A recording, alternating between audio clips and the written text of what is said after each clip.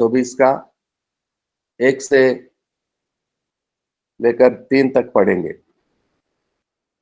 या 1 और 2 पढ़ेंगे। मत्ती सुसमाचार 24 का 1 और 2 वचनों को पढ़ेंगे मदन जी। जी। जब यीशु मंदिर से निकलकर जा रहा था तो उसके चेले उसको मंदिर की रचना दिखाने के लिए उसके पास आए। उसने उनसे कहा, तुम यह सब देख रहे हो ना? मैं तुमसे सच कहता हूं, यहाँ पत्थर पर पत्थर भी न छूटेगा जो ढाया न जाएगा। आमीन। आमीन आमीन। Thank you Madan ji. तो यही मंदिर जिसमें यीशु गया था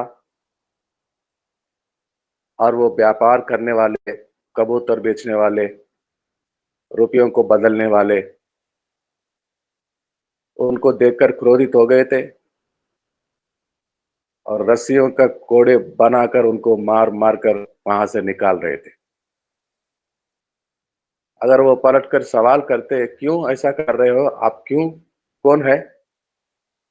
ये मेरा पिता का घर है और मेरा पिता का घर आराधना करने का जगह होता है, पवित्र, और तुम लोग इस मेरे पिता के घर को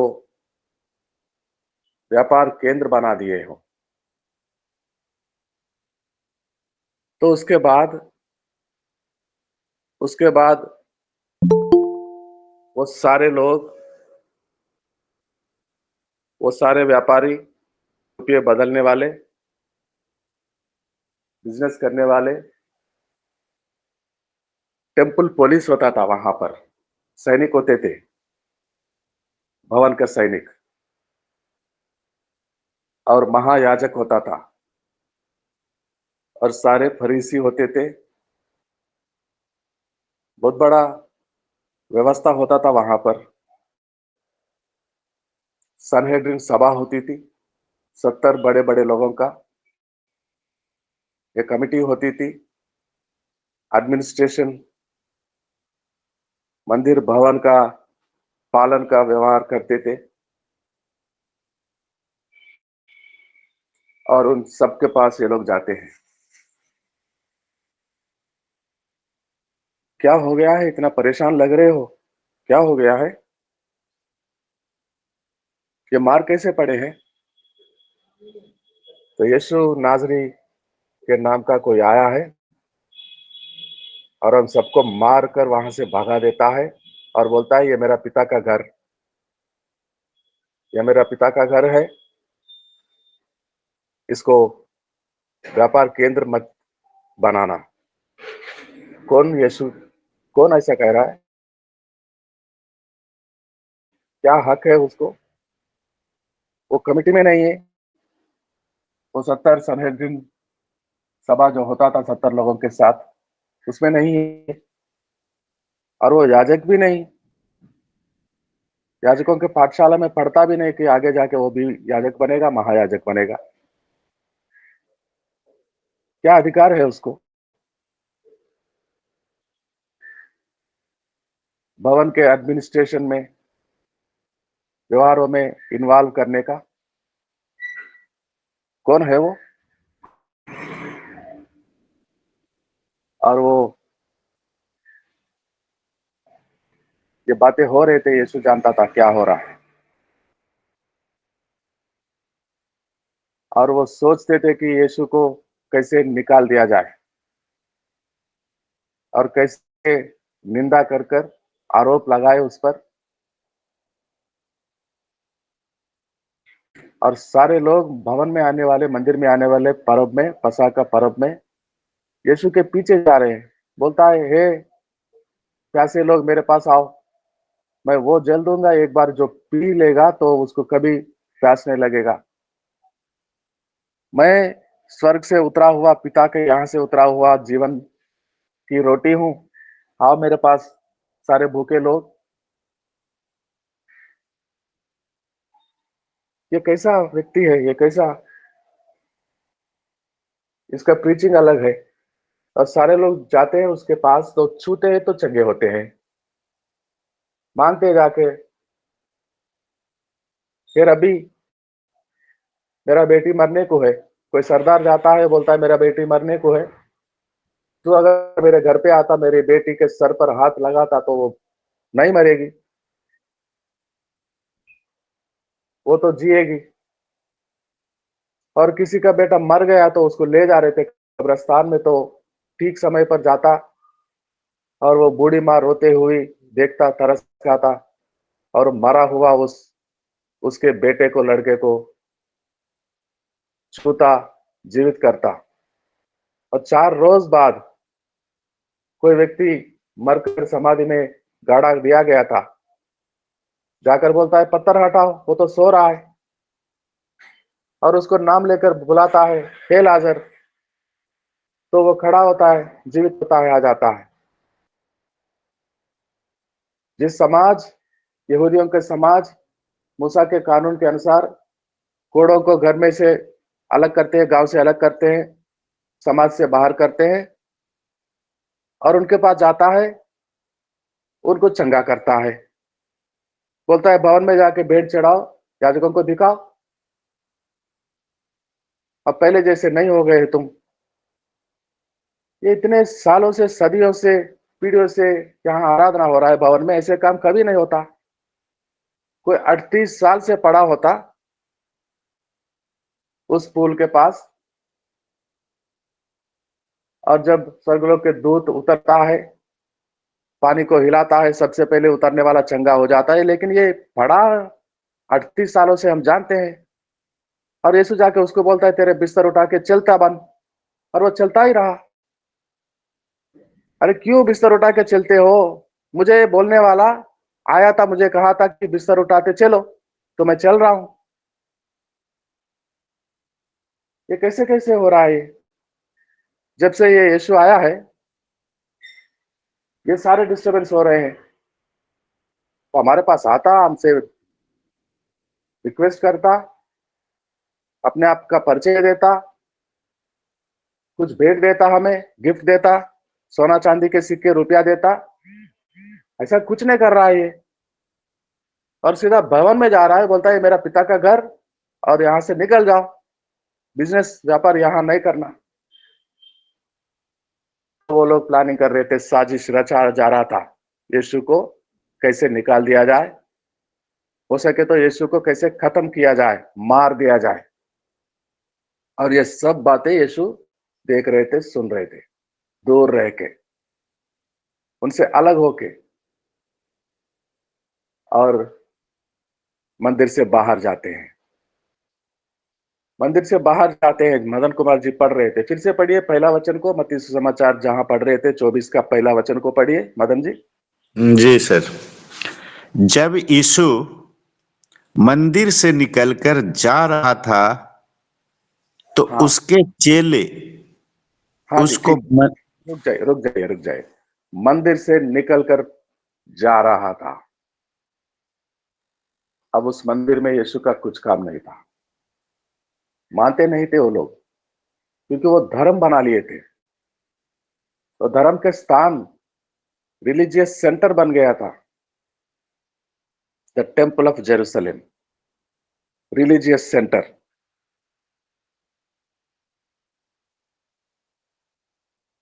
आज कुछ लोग जाते हैं,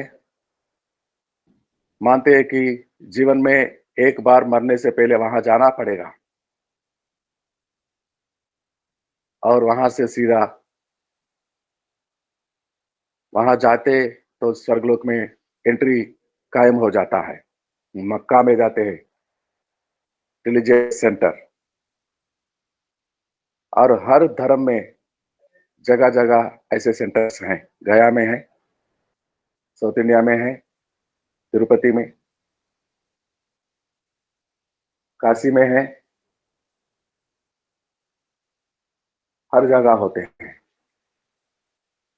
रिलीजियस सेंटर्स। और वहां रिलीजियस कानून, रूल्स एंड रेगुलेशंस होते हैं, आराधना होता है, उपासना होता है? नहीं। जहां आराधना होना था वहां ही नहीं हो रहा है। जीवित परमेश्वर का भवन, और वहां से निकल गया है यीशु, और दूर जाकर उसके सामने, ठीक सामने जो जैतून के पर्वत है, वहां पर बैठकर देख रहा था, यरूशलेम को देख रहा था। यीशु देख रहा था आने वाले दिनों में क्या हाल होने वाला है इस मंदिर को। और ठीक उसी समय चेले आते हैं, और देखा प्रभु आपने कितना सुंदर सा भवन बनाया है इन्होंने। बहुत समय लगा है इस मंदिर को बनाने में, पूरे 40 पे 6 साल लगा, 46 साल। और कितने बड़े बड़े पत्थरों को लाए हैं, कितने बड़े बड़े वस्तुओं को लाए हैं। अंदर तो देखा आपने, सोना चांदी से पूरे दीवारों को चढ़ा दिया गया। हाउ ब्यूटीफुल टेम्पल है ना प्रभु। अच्छा, बहुत बड़ा टेम्पल है, बहुत ब्यूटीफुल टेम्पल, सुंदर टेम्पल है। दूसरा वचन को पढ़िए, दूसरा वचन को। उसने उनसे कहा, तुम यह सब देख रहे हो ना? मैं तुमसे सच कहता हूं, यहाँ पत्थर पर पत्थर भी न छूटेगा जो ढाया न जाएगा। आमीन। पत्थर पे पत्थर नहीं टिकेगा, गिरा दिया जाएगा, ढाया दिया जाएगा। क्यों और कब होगा? यही सवाल करते हैं यीशु के चेले। यीशु जब जैतून पर्वत पर बैठा था, तो एकांत में उसके शिष्य उसके पास आए और बोले, हमें बता प्रभु, ये कब होगा, कब घटेगा ये बातें, ये घटना कब घटेगा, कब ये पत्थर पे पत्थर। घर बनाते हैं हम, मदन जी घर बना रहे थे, हमने जाके देखा। दीवार खड़ा करते हैं, बीट के ऊपर बीट, और फाउंडेशन में पत्थर डाला होगा जरूर, पिलर्स डाले होंगे, पत्थर लाते हैं। कितना पत्थर एक आदमी उठा सकता है? एक मजदूर उठाकर वो डोरी के जो लाइन के लिए लगाते हैं, तो बराबर उसके डोरी के अनुसार वो पत्थर को रखता और माल सीमेंट भरता उसमें। ऐसा पत्थर, इस भवन में तो बड़े बड़े पत्थर लगे थे। इस ये प्रकार जो बनते थे, बाउंड्री वॉल, मंदिर के चारों ओर 2 रथ जाने के लिए, 2 रथ आने के लिए, इतना बड़ा होता था।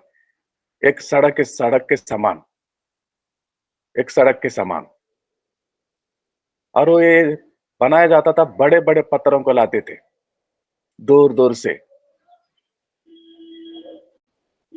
उठाकर, हाथियों से उठाते थे, और कई सैकड़ों मजदूर काम करते थे, बड़े बड़े पत्थर। हम देखते हैं हाईवेज में एक बड़ा कंटेनर जाता है, ट्रक, एक ही पत्थर उस पर रखा जाता है, इतना बड़ा पत्थर। चट्टानों को काटते हैं, जमीन में से खोदकर निकालते हैं उस बड़े बड़े पत्थरों को। ऐसा ही पत्थर लाए गए थे, पूरे 40 पर 6 साल तक ये मंदिर का भवन का निर्माण होता रहा। क्या कम है?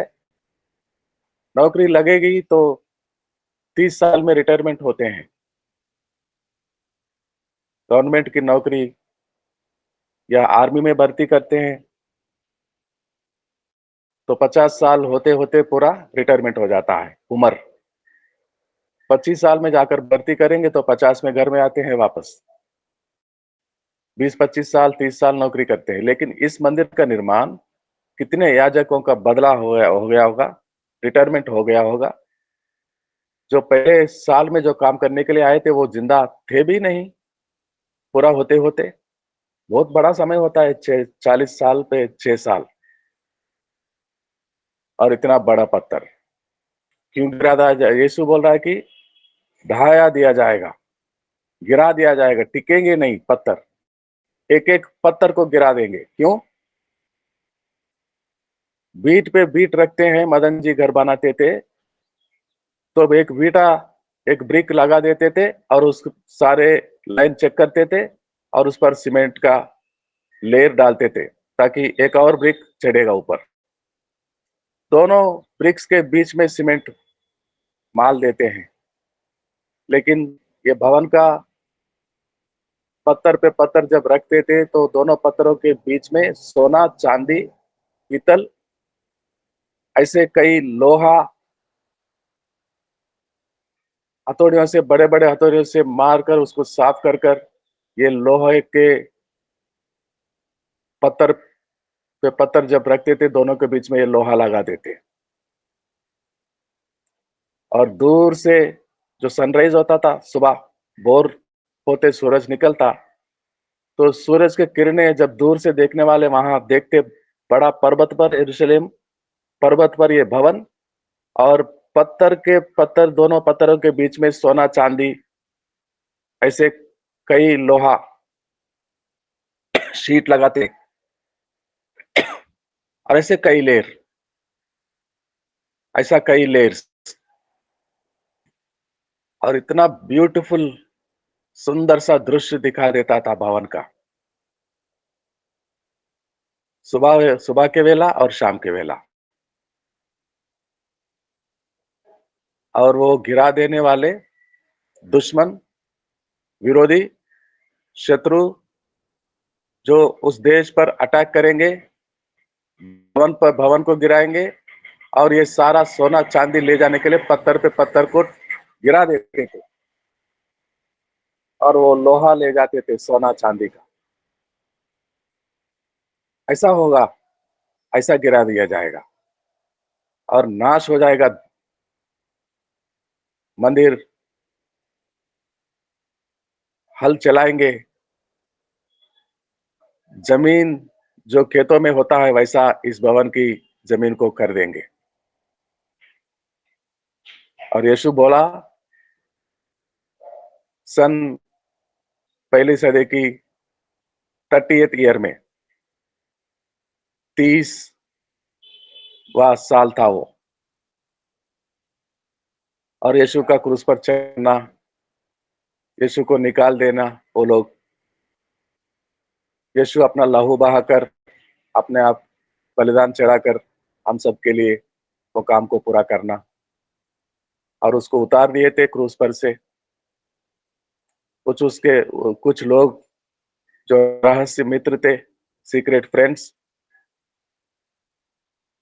वहां से उतार कर सूरज ढलने से पहले पिलातुस से अनुमति लेते, परमिशन, और एक ऐसा नया कब्र में उसको रखते।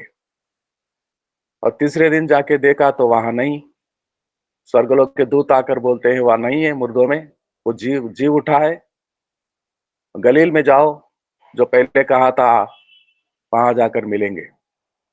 तो जी उठा, पूरे 40 दिन कई लोगों को प्रकट हुआ, अपने चेलों को बार बार आकर बोला, तैयार किया उनको, प्रार्थना में बने रहो, शक्ति आएगी ऊपर से, पवित्र आत्मा, मैं जाके पिता से बोलूंगा जो पहले कहा था और वो शक्ति उंडेल देगा, तुम शक्ति पाओगे और मेरे लिए गवाह बनोगे, यरूशलेम में, यहूदिया में, सामरिया में और दुनिया के कोने कोने में तक जाएंगे।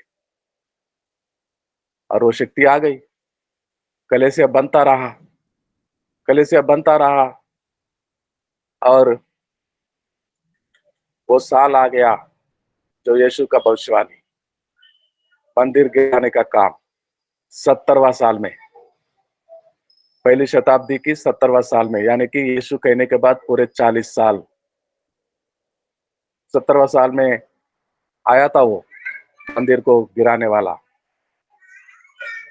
टाइटस, रोमन एम्पायर, गिरा डाला मंदिर को, पत्थर पे पत्थर टिकने नहीं दिया, पूरा सोना चांदी को लेकर गया, भवन में जो सोना चांदी था, दीवारों में चढ़ गया था, वो सबको निकाला और भवन को नाश कर दिया। यीशु जैसा बोला वैसा हो गया, 40 साल के अंदर, 40 पे 6 साल मंदिर बनाते थे, उतना समय भी नहीं टिका, मंदिर गिरा दिया गया, क्योंकि यीशु के लिए वहां जगह नहीं था। यीशु के पिता का घर था, लेकिन वहां यीशु के पिता का आराधना नहीं हो रहा था।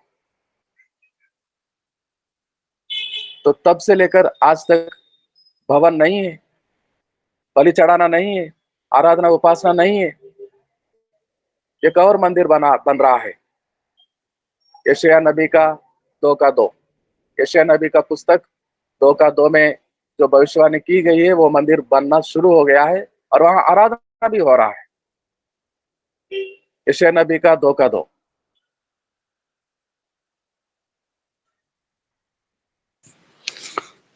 अंत के दिनों में ऐसा होगा कि यहोवा के भवन का पर्वत सब पहाड़ों पर दृढ़ किया जाएगा और सब पहाड़ियों से अधिक ऊंचा किया जाएगा, और हर जाति के लोग धारा के समान उसकी ओर चलेंगे।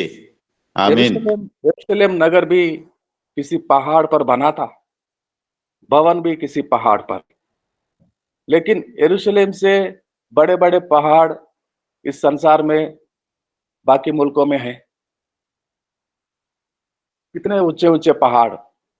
बिहार में गया था नेपाल जाने के लिए, नेपाल में जाकर देखा कितने बड़े बड़े पहाड़ हैं वहां पर, और भारत में भी।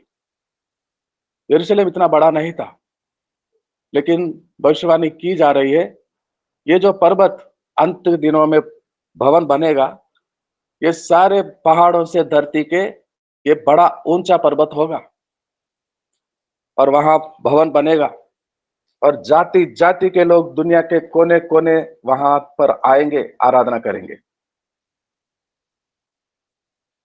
वो भवन वो भवन वहां आराधना होगा।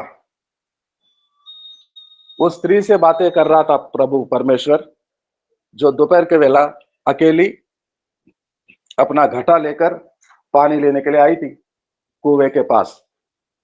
याकूब का कुआं कहलाता था,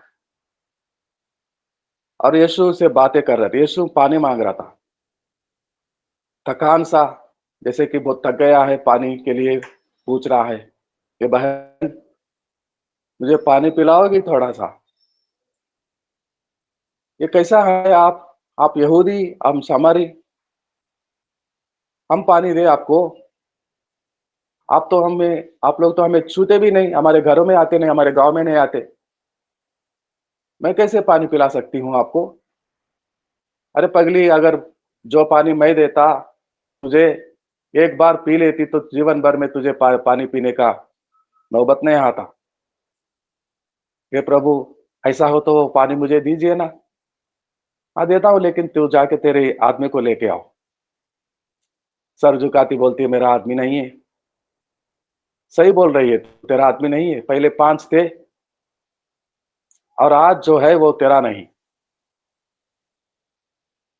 और इतने में देखिए क्या बात निकल गई है वहां पर। 20वां वचन को पढ़े, 4 का, यूहन्ना सुसमाचार 4 का 20।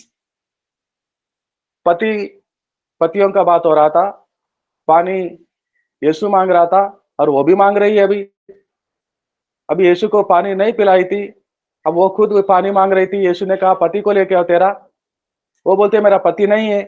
ठीक बोल रही है, तेरा पति अभी जो है तेरा पति नहीं है, पहले 5 होते थे। और सीधा क्या बात होता है, देखिए 19 में पति का जिक्र हो रहा है। वो बोलती है मेरा पति नहीं। यीशु बोलता है ठीक है, तू सही बोल रही है, तेरा पति अब जो है तेरा खुद का नहीं। 19 में बोलता है यीशु, और 20 में बोल रहा है। देखिए 20 में वो जवाब दे रही है, 20वां वचन में, यूहन्ना सुसमाचार 4 का 20।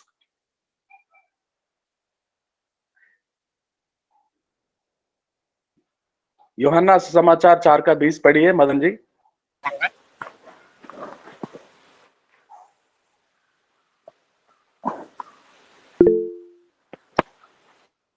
पढ़ रहे हैं मदन जी, या कोई और पढ़े?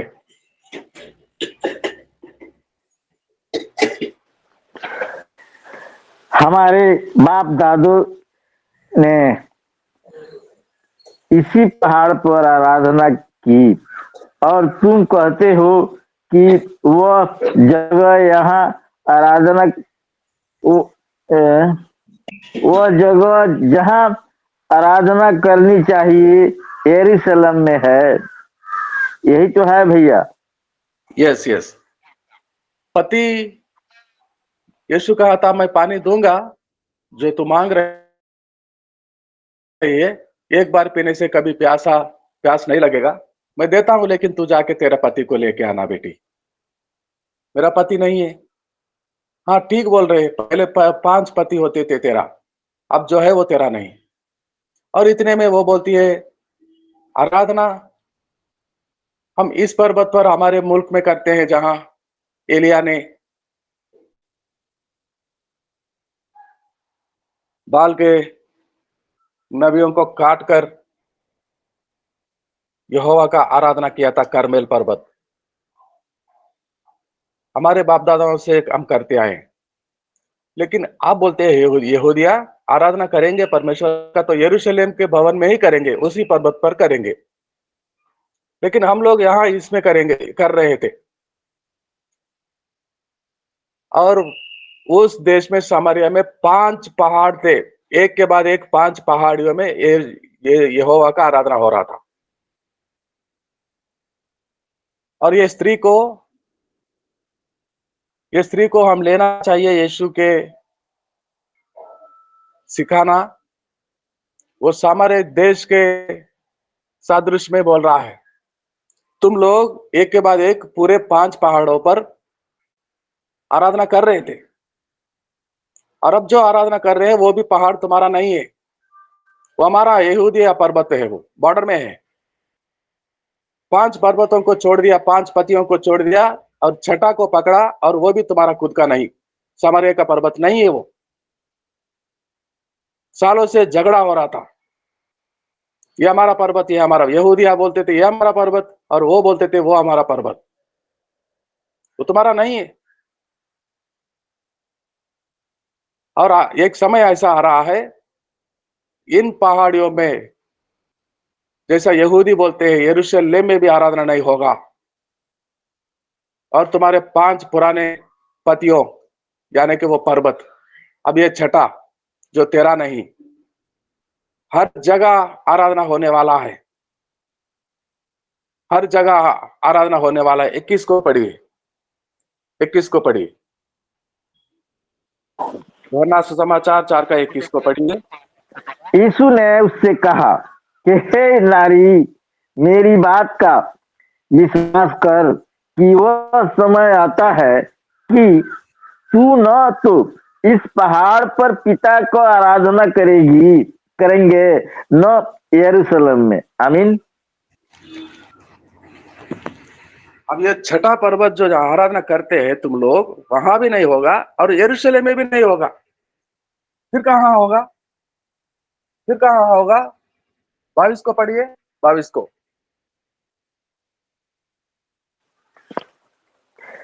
तुम जिसे नहीं जानते उसकी आराधना करते हो, और हम जिसे जानते हैं उसकी आराधना करते हैं, क्योंकि उधार यहूदियों में से है। मैं आमीन। जानता हूं, मैं पिता के ओर से आया हुआ हूं, और वहां पिता का इच्छा मैं देखकर आया हूं। आराधना कहाँ होगा, कैसे होगा, मैं देखकर आने वाला, मैं जानता हूं।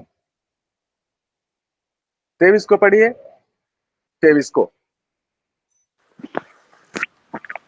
परंतु वह समय आता है, वरन अब भी है, जिससे सच्चे भक्त पिता की आराधना आत्मा और सच्चाई से करेंगे, क्योंकि पिता अपने लिए ऐसे ही आराधकों को ढूंढता है। आमीन।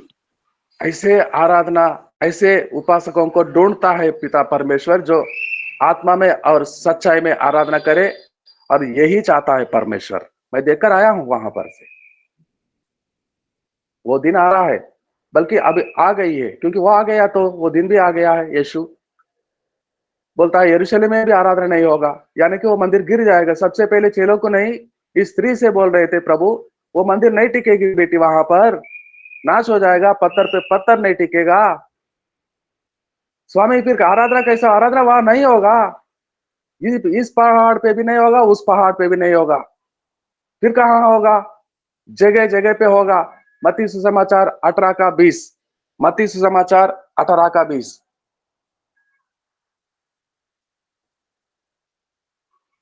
मत्ती सुसमाचार पास्टर जी 18वां अध्याय और 20वां वचन। क्योंकि जहां 2 या 3 मेरे नाम पर इकट्ठा होते हैं, वहां मैं उनके बीच में होता हूँ।